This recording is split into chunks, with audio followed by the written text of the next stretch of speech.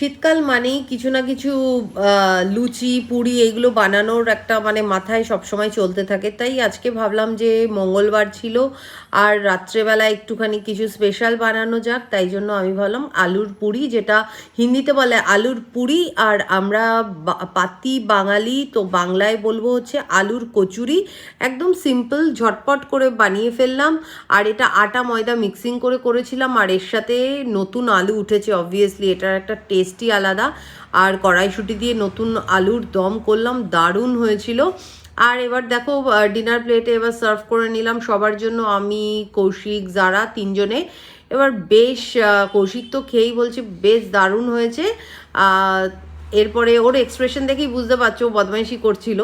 যাই হোক, এইভাবেই ভিডিওটা রাখছি। আমার তো ইয়াম্মি লাগলো। কেমন লাগলো প্লিজ কমেন্ট করে জানিও। ভালো লাগলে লাইক করো, পারলে চ্যানেলটা সাবস্ক্রাইব করো। Till then take care, bye bye, see you.